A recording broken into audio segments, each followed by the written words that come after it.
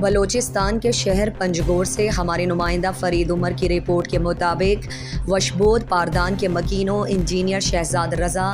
حاجی ناصر حسین، شفیق احمد، حاصل خان، ارز محمد، خیر محمد، کریم بخش، حاجی بہادر، محمد ہاشم، نصر اللہ، علیق احمد، شبیر احمد اور دیگر نے ایک پرہجوم پریس کانفرنس سے خطاب میں کہا،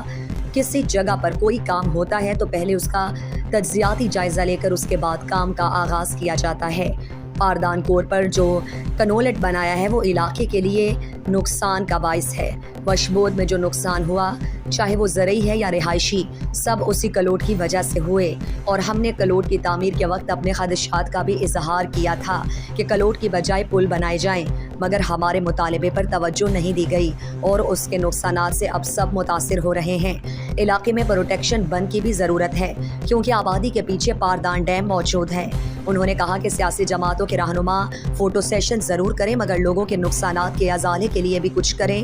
انہوں نے کہا کہ اگر ہمارے مطالبات پورے نہیں کیے گئے تو اور لوگوں کے نقصانات کو ادا نہیں کیا گیا تو ہم اس پر احتجاج کریں گے۔ دگنا کجام جاگیے کہ پولی پندک بھی آئی اولی فیزیبلٹی رپورٹ دیما کارن تو اما فیزیبلٹی رپورٹ 50 سال یا 7 سال جوڑ کرنے بھی کیا یہ نقصان فائدہ مخلوق کارا چاہیے چیز ہوتا یوں انچو کہ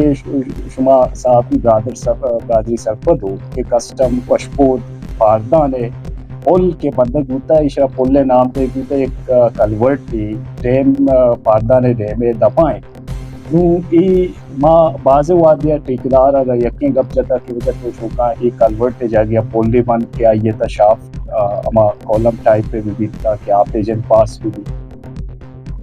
مزید دلچسپ معلومات اور خبروں سے آگاہ ہونے کے لیے Gedrosia point Facebook page, Instagram, Twitter کو فالو اور یوٹیوب چینل کو سبسکرائب کریں۔ بیل آئیکن بٹن دبانا نہ بھولیں